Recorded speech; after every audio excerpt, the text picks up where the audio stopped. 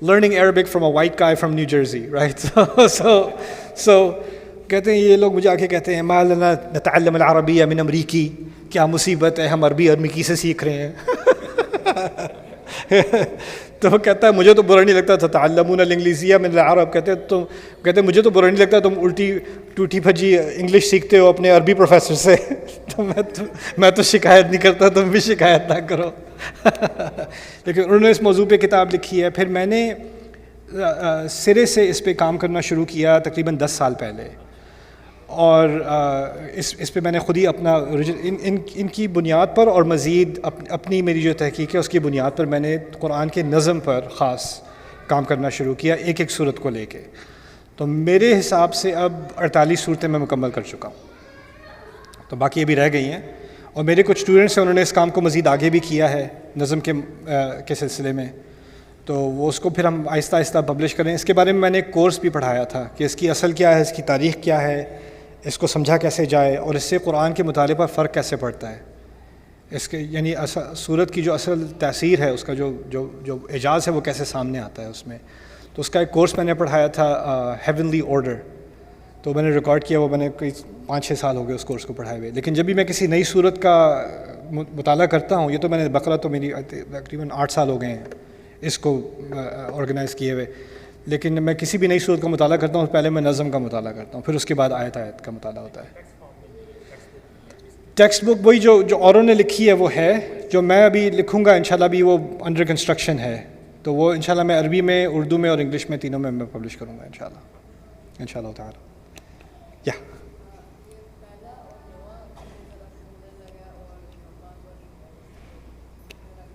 پانچواں چھٹا نہیں، چوتھا اور چھٹا. چوتھا ابراہیم علیہ السلام سے امتحان لیے گئے، وہ پاس ہو گئے.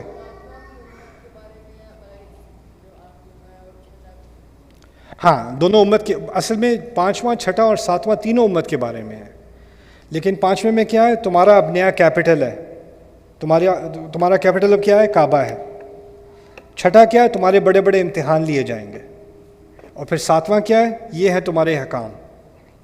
تو تینوں ہمارے بارے میں ہیں، لیکن تینوں میں الگ الگ بات ہو رہی ہے. پہلا ہے کون ایمان والے ہیں، کون کفر والے ہیں، کون نفاق والے ہیں. دعا ہم سے جو دعا نکلتی ہے کہ ہم ایمان پر رہیں اور ہم کافروں کا سامنا کر سکیں اور ہم نفاق میں نہ پڑیں. آگے سمجھ، اچھی بات ہے. جی پاکستان اسٹوری نائٹ یہاں پہ باقی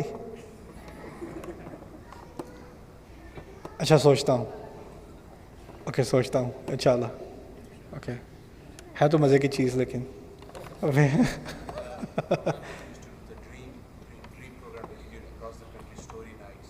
یا اسٹوری نائٹ تو آئی اسٹارٹڈ اسٹوری نائٹ، شروع کیا ہے وہ میں آئی اسٹارٹڈ ان یورپ. نہیں وہ تو پہلے والے ہو گئے نا. I make a new story night every year, so I made a new one and I started it in Europe and then I am gonna go to Malaysia and Indonesia. I'm going to go everywhere on the planet except here.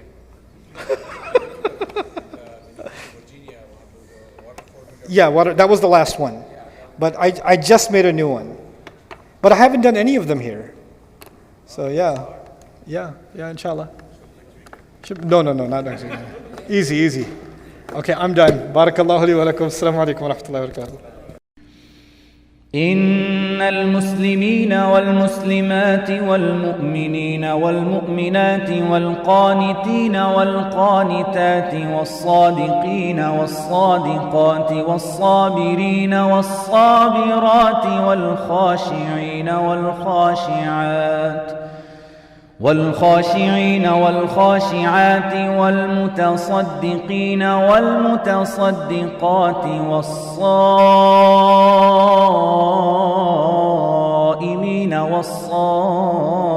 والصائمات والحافظين فروجهم والحافظات والذاكرين الله كثيرا والذاكرات أعد الله لهم مغفرة وأجرا عظيما.